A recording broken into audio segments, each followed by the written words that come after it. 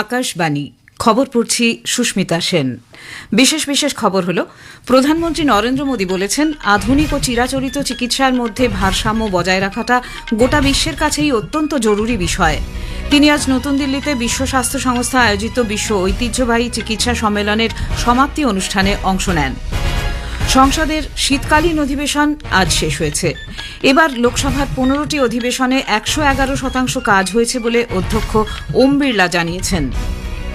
রাষ্ট্রপতি দ্রৌপদী মুর্মু বলেছেন, সরকারি কর্মী নিয়োগের সময় তাদের সততা ও নিষ্ঠার ওপর সর্বাধিক গুরুত্ব দেওয়া হয়। বিদেশমন্ত্রী ড জয়শঙ্কর বলেছেন, ভারত ও নেদারল্যান্ডসের মধ্যে দ্বিপাক্ষিক সম্পর্কের মূল্য অপরিসীম। দিল্লি রাজধানী অঞ্চলে ভয়াবহ দূষণ পরিস্থিতি পর্যালোচনা করে পরিবেশমন্ত্রী ভূপেন্দ্র যাদব 7 দিনের মধ্যে উপযুক্ত ব্যবস্থা নেওয়ার জন্য সংশ্লিষ্ট কর্তৃপক্ষকে নির্দেশ দিয়েছেন। পঞ্চম টি-20 ক্রিকেট ম্যাচে আহমেদাবাদে দক্ষিণ আফ্রিকা আজ টসে জিতে ভারতকে ব্যাট করতে পাঠিয়েছে। আসছি বিস্তারিত খবরে। প্রধানমন্ত্রী নরেন্দ্র মোদী বলেছেন, আধুনিক ও চিরাচরিত চিকিৎসার মধ্যে ভারসাম্য বজায় রাখাটা গোটা বিশ্বের কাছে অত্যন্ত প্রয়োজনীয় বিষয়। তিনি আজ নতুন দিল্লির ভারত মণ্ডপমে বিশ্ব স্বাস্থ্য সংস্থা হু আয়োজিত চিরাচরিত চিকিৎসা ব্যবস্থা সংক্রান্ত শিখর সম্মেলনের সমাপ্তি অধিবেশনে যোগ দেন। তিনি বলেন, যোগব্যায়াম গোটা বিশ্বকে স্বাস্থ্য, ভারসাম্য ও স্বাচ্ছন্দ্যের দিশা দেখিয়েছে। 175টি দেশ প্রতি বছর 21শে জুন আন্তর্জাতিক যোগ দিবস পালন করে থাকে। पारंपरिक चिकित्सा प्रणाली का एक अहम हिस्सा योग भी है। योग ने पूरी दुनिया को स्वास्थ्य, संतुलन और सामंजस्य का रास्ता दिखाया है। बीते वर्षों में हमने योग को दुनिया के कोने कोने तक पहुंचते देखा है। मैं योग के प्रचार और विकास में महत्वपूर्ण योगदान देने वाले हर व्यक्ति की सराहना करता हूं। এই সম্মেলনের মূল থিম ছিল ভারসাম্য পুনরুদ্ধার, স্বাস্থ্য ও ভালো থাকার বিজ্ঞান এবং অনুশীলন। সম্মেলনে প্রধানমন্ত্রী মোদী আয়ুষ খাতের জন্য বেশ কিছু উদ্যোগের সূচনা করেন। এর মধ্যে রয়েছে মাই আয়ুষ ইন্টিগ্রেটেড সার্ভিসেস পোর্টাল এবং গুণমান নিয়ন্ত্রণের জন্য আয়ুষ মার্ক। এছাড়াও তিনি যোগব্যায়াম সংক্রান্ত একটি হু রিপোর্ট, আয়ুষ রূপান্তরের ওপর একটি বই এবং একটি স্মারক ডাকটিকিট প্রকাশ করেন। প্রধানমন্ত্রী দিল্লিতে হু এর দক্ষিণ পূর্ব এশিয়ার আঞ্চলিক কার্যালয়ের নতুন ভবনের উদ্বোধন করেন। বর্ষিয়ান বিজেপি নেতা ও প্রধানমন্ত্রী নরেন্দ্র মোদী আগামীকাল পশ্চিমবঙ্গে আসছেন। নদিয়ার রানাঘাট তাহেরপুরে ৩,২০০ কোটি টাকা ব্যয়ে দুটি জাতীয় সড়ক প্রকল্পের উদ্বোধন এবং শিলান্যাস করবেন তিনি। এই প্রকল্প বাস্তবায়িত হলে কলকাতা ও শিলিগুড়ির মধ্যে যাতায়াতের সময় আরও 2 ঘণ্টা কমে যাবে। এরপর পরিবর্তন সংকল্প সভায় বক্তব্য রাখবেন প্রধানমন্ত্রী। দিল্লিতে আজ এক সাংবাদিক বৈঠকে দলের রাজ্য সভাপতি শ্রমিক ভট্টাচার্য জানিয়েছেন, এই সভা থেকেই রাজ্যের রাজনৈতিক পরিবর্তনের সূচনা হবে।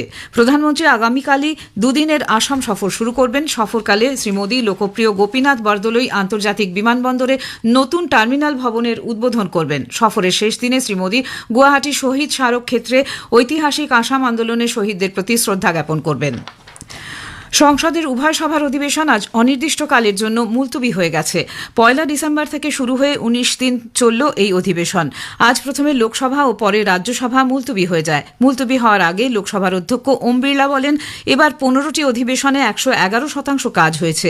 সভা সুষ্ঠুভাবে পরিচালনার জন্য সকল সদস্যকে অভিনন্দন জানান তিনি। माननीय सदस्यगण, अब हम 18वीं लोकसभा के 6ठे सत्र की समाप्ति की ओर आ गए हैं। इस सत्र में हमने 15 बैठकें की। आप सभी के सहयोग से इस सत्र में सभा की उत्पादकता 111% रही। सभा की कार्रवाई अनिश्चित काल के लिए स्थगित की जाती है। সমাপ্তি ভাষণে রাজ্যসভার চেয়ারম্যান সিপি রাধাকৃষ্ণন বলেন, উচ্চকক্ষে এবারের অধিবেশনে 92 ঘণ্টায় 121% কাজ হয়েছে। বিভিন্ন ঐতিহাসিক এবং গণতান্ত্রিক ইস্যুতে সদর্থক আলোচনায় সদস্যরা অংশ নিয়েছেন। বন্দে মাতরমের সার্ধ শতবর্ষ নিয়ে বিশেষ আলোচনায় নিজেদের বক্তব্য রেখেছেন 82 জন সদস্য। শ্রী রাধাকৃষ্ণন গতকাল বিরোধী সদস্যদের বিক্ষুব্ধ আচরণে সভার কাজ ব্যাহত হওয়ায় উদ্বেগ প্রকাশ করেন। লোকসভার অধ্যক্ষ ওম বিড়লা আজ সংসদের শীতকালীন অধিবেশন শেষ হওয়ার পর সংসদ ভবনে তাঁর কক্ষে বিভিন্ন রাজনৈতিক দলের সাংসদদের সঙ্গে সাক্ষাৎ করেন। সংসদ বিষয়ক মন্ত্রী কিরেন রিজিজু বলেছেন, শীতকালীন অধিবেশনে যেসব বিল পাশ হয়েছে তা বিকশিত ভারত গড়তে এবং দেশবাসীর জীবনের মানোন্নয়নে গুরুত্বপূর্ণ ভূমিকা পালন করবে। শীতকালীন অধিবেশনের শেষে নতুন দিল্লিতে শ্রী রিজিজু সাংবাদিকদের বলেন, এবারের অধিবেশন অত্যন্ত ফলপ্রসূ হয়েছে। নির্বাচনী সংস্কার নিয়ে এই প্রথম আলাদাভাবে আলোচনা হয়েছে। অনেকেই নির্বাচনের প্রক্রিয়া নিয়ে প্রশ্ন তুলেছেন, কিন্তু সংসদের উভয় কক্ষে বিতর্কের পর গোটা বিষয়টি পরিষ্কার হয়ে গেছে। নির্বাচন কমিশন এবং ভোট ব্যবস্থাপনার বিরুদ্ধে যারা অভিযোগ তুলেছিলেন তারাও প্রকাশ্যে এসেছেন বলে মন্তব্য করেন তিনি। শ্রী রিজিজু বলেছেন, মনরেগা প্রকল্প থেকে যেভাবে টাকা লুট করা হতো তা রুখতেই বিকশিত ভারত জি রামজি বিল সংসদে পাশ হয়েছে। লোকসভার অধ্যক্ষ ওম বিড়লা জানিয়েছেন, মাদ্রাজ হাইকোর্টের বিচারপতি জি আর স্বামীনাথনের বিরুদ্ধে বিরোধী সাংসদদের আনা ইমপিচমেন্ট প্রস্তাব সংবিধান অনুযায়ী বিধি মেনে বিবেচনা করা হচ্ছে। ডিএমকে সহ একাধিক বিরোধী দলের সাংসদরা লোকসভার অধ্যক্ষের কাছে বিচারপতি স্বামীনাথনের বিরুদ্ধে সংবিধানের 217 ও 124 নম্বর ধারা অনুযায়ী ইমপিচমেন্টের প্রস্তাব জমা দিয়েছেন।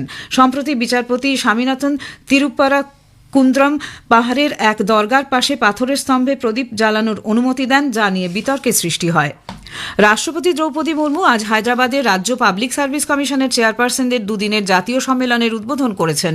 রাষ্ট্রপতি শ্রীমতী মুর্মু এক সমাবেশে বক্তব্য রাখতে গিয়ে বলেন, সরকারি কর্মী নিয়োগের সময় তাদের সততা এবং নিষ্ঠার উপর সর্বাধিক গুরুত্ব দেওয়া হয়। তিনি ইউপিএসসিকে সর্বাধিক বিশ্বস্ত সরকারি প্রতিষ্ঠানগুলির একটি বলে উল্লেখ করেন। UPSC has emerged as one of our most trusted government institutions. Its credibility for an impartial selection system and contributing to the creation of highly professional teams engaged in civil and public service is widely acknowledged. Different state public service commissions have also contributed to their respective states.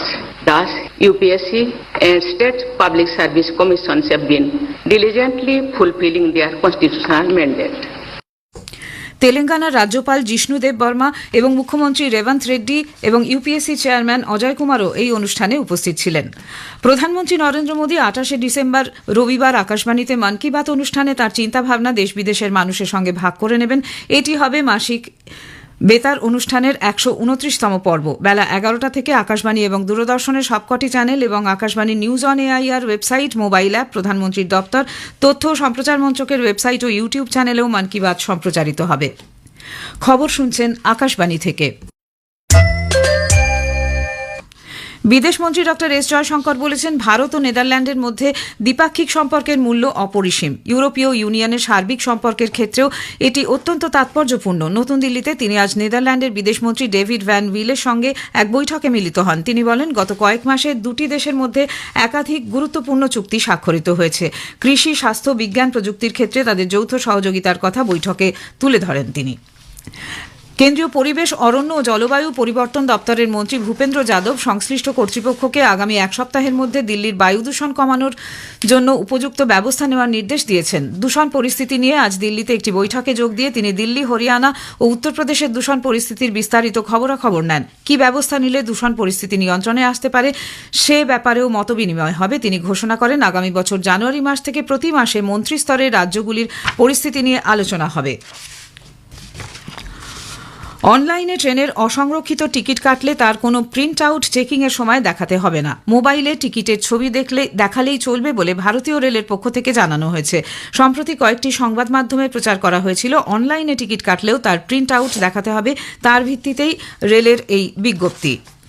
ইনকিলাব মঞ্চের আহ্বায়ক শরীফ ওসমান হাদির মৃত্যুর খবর ছড়িয়ে পড়তে বাংলাদেশে নতুন করে তুমুল অস্থিরতা সৃষ্টি হয়েছে।